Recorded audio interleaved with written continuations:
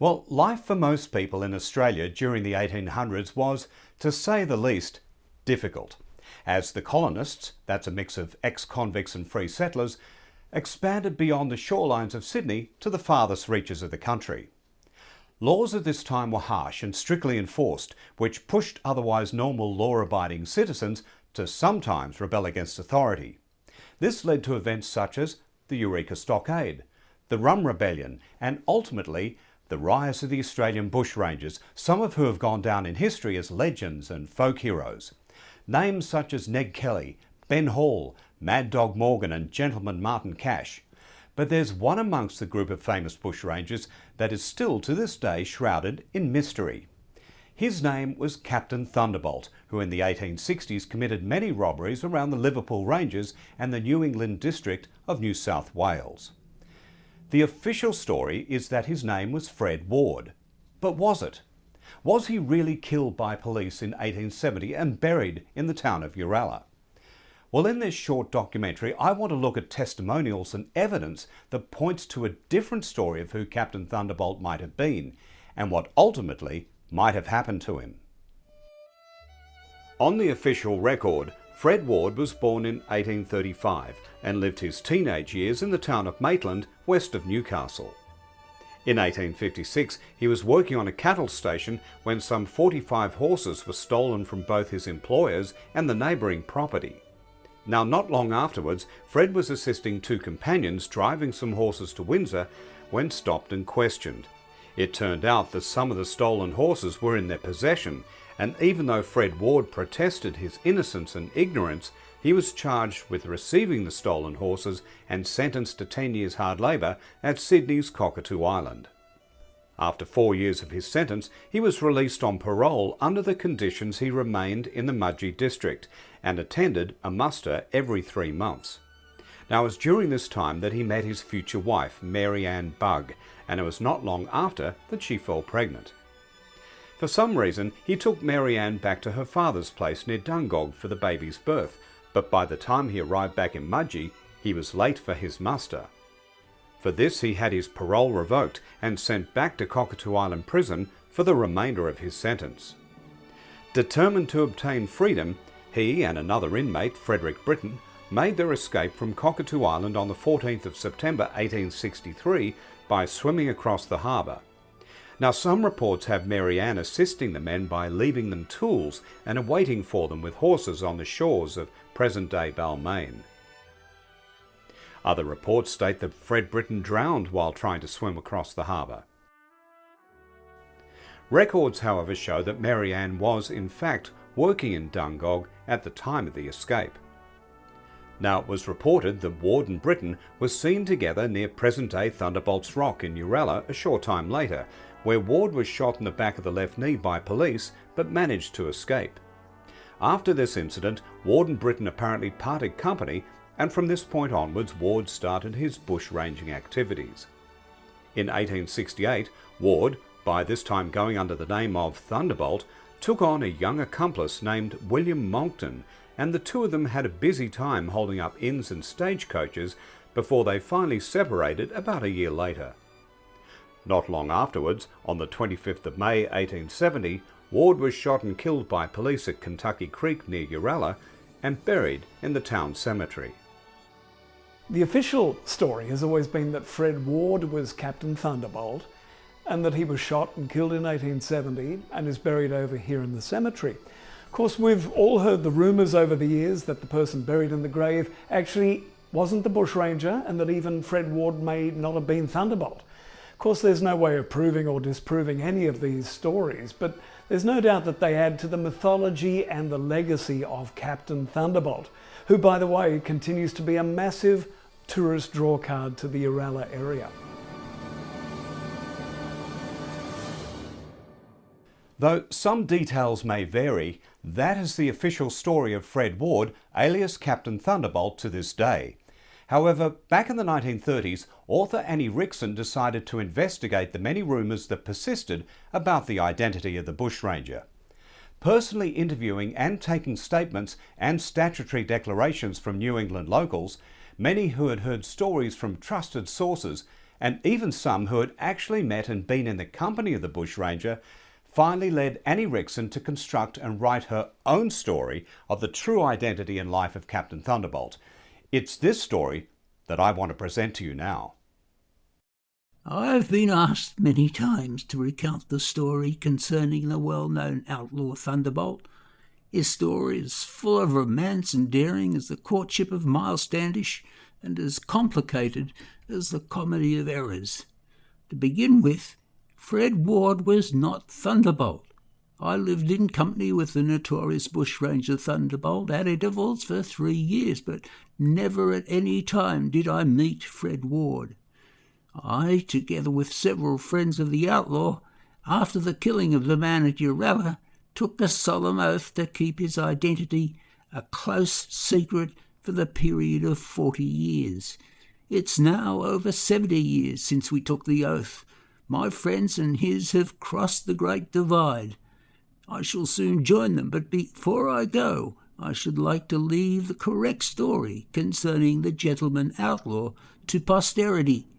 He was at large at a time when the country was raw and rough, and men were, in many instances, little better than savages. The law was over-severe and extremely crude, and there was much brutality in the treatment of prisoners who were often innocent men. Among the members of the police force were a few who were craven and some who were more nervous, as they had every reason to be. Many brave policemen had lost their lives in encounters with criminals and outlaws, but there were many heroic men in the force also, with the exception of Sergeant Steele, who was shot through the wrist. No member of the police force was ever injured by Thunderbolt. Signed, William Monton. According to author Annie Rickson and her account of the story, Frederick Britain was born in 1834 and grew up in the town of Windsor in New South Wales. It was during his school years that he made 3 friends who were to play an important role in his life: Dick Dalton, Fred Ward and his sister Joan.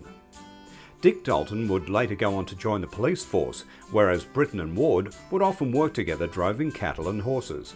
It was on one of these occasions that they were offered a job to herd some cattle up to the Maitland sale yards, but when stopped for inspection, they were told that the documents that they held had been forged and the cattle were recently reported stolen.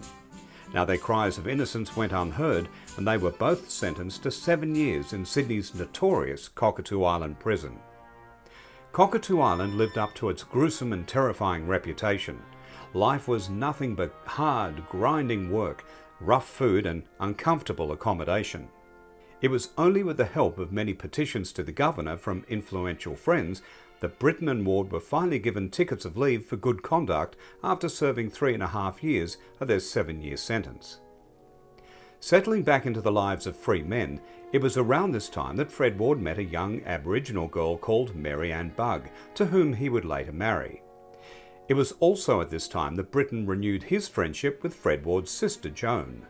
Now, with both men preoccupied, it was easy to forget such formalities as reporting on a regular basis to the police, which was part of their bail conditions.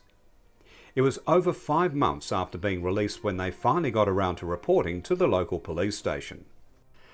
Unfortunately, they immediately found themselves taken into custody, with Ward being sent back to Cockatoo Island prison for the remainder of his sentence. Fred Britain had a more serious charge laid against him. He was accused of robbing the Bathurst mail coach, even though the driver testified that he was not one of the robbers. A second prisoner called Willison was also charged with the crime, even though he and Britain both protested that they'd never met or seen each other before. An account of the trial was published in the Sydney Mail on Saturday, February 14th, 1863, and read as follows. George Willison and Frederick Britain, convicted on Friday last before Mr Justice Wise of robbing the Bathurst Mail on the 5th of November last, were brought up for sentence. The sentence of the court was that the prisoners, Willison and Britain, should be kept to hard labour on the roads or other public works of the colony for 16 years. And taking into consideration the atrocity of the crime and the audacity with which it was committed, the prisoners would each have to work for the first year of his sentence in irons. And so it was that both Fred Ward and Fred Britain were back in the dreaded prison. Ward and Britain's childhood friend Dick Dalton, who was now in the police force, tried in vain to use his influence to assist them, but to no avail. Fred Ward's sweetheart, Mary Ann Bugg, moved to Sydney and got a job as a nurse girl for a wealthy family not far from Cockatoo Island. It was here that she hatched a plan to swim to the island with some files. After a few failed attempts, she was successful, and upon seeing Ward near the shoreline unloading quicklime, was able to leave the files in his possession before swimming away.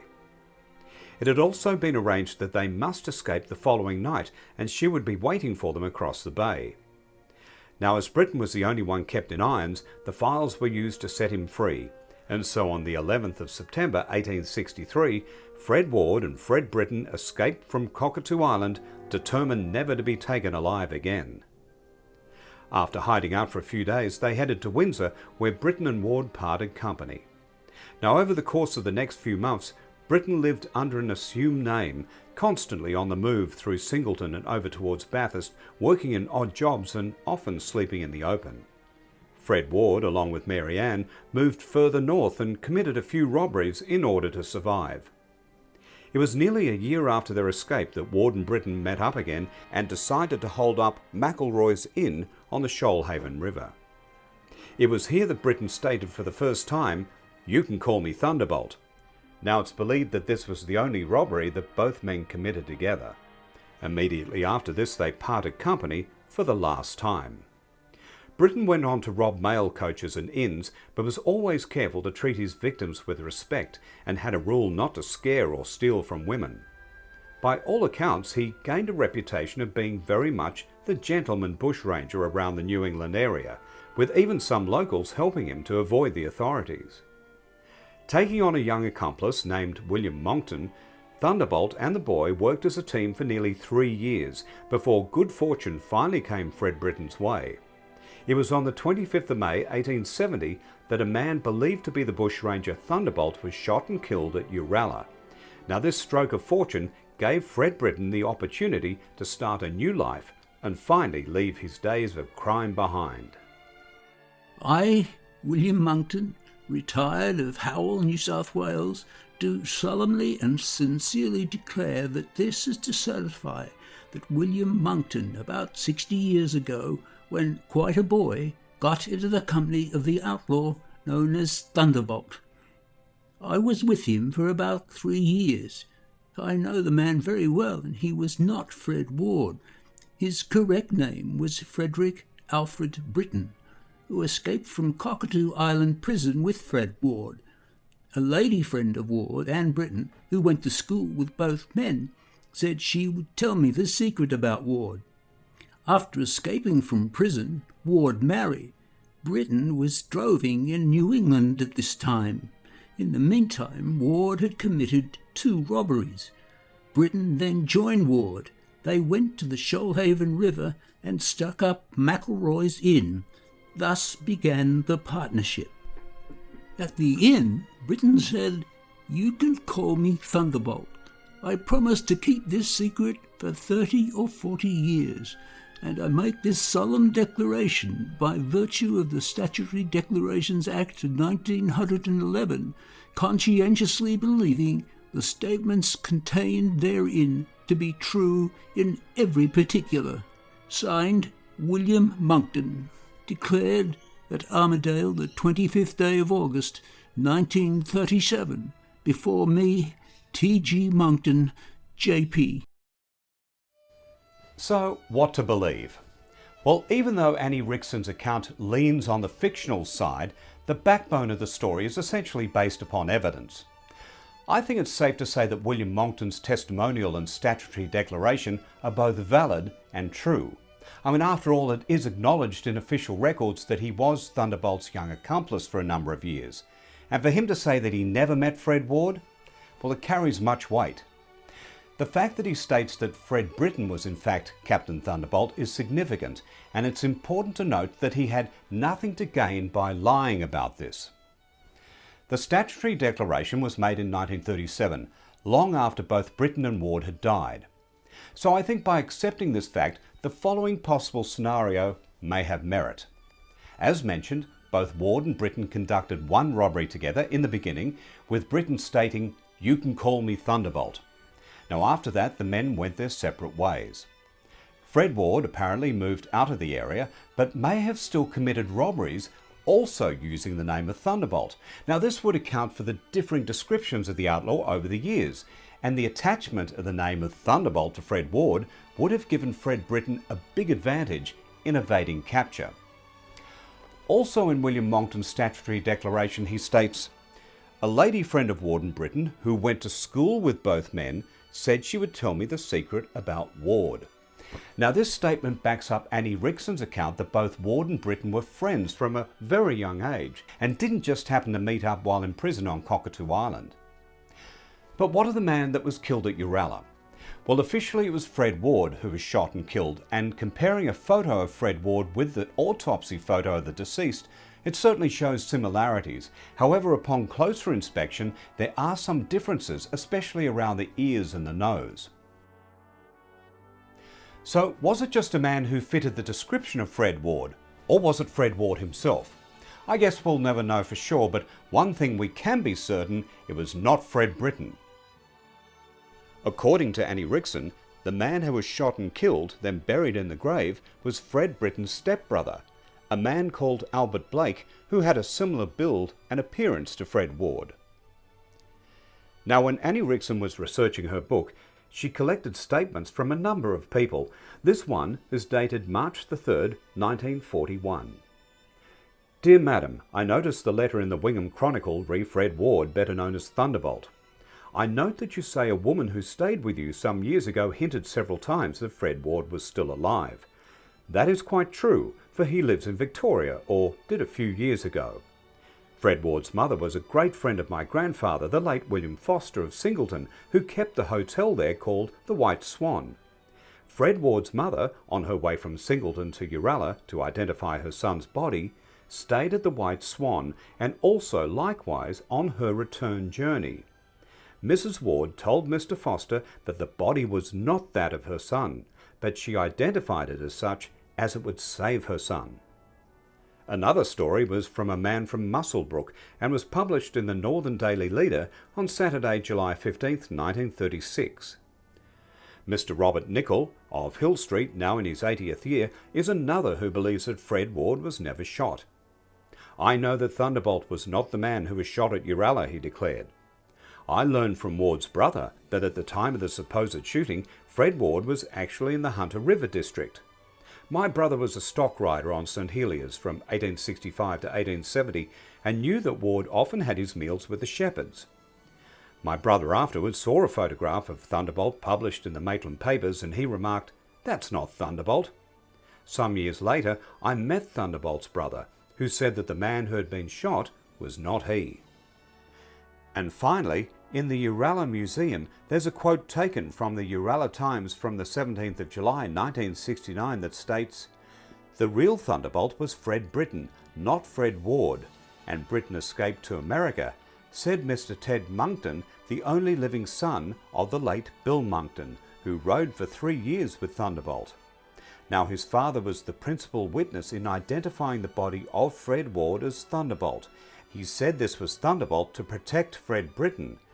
The coroner took his word, although a sergeant of police shouted out in the hushed courtroom, 'The boy's lying!' Now this would account for the rumours that the man in the grave was not Thunderbolt, and also support the account of sightings of the bushranger for many years after the death of the man at Uralla. Either way, the story and mystery of Captain Thunderbolt is a fascinating one, and I hope you've enjoyed this special featuring one of Australia's most notorious bushrangers. I'm David Duncan, thank you for watching.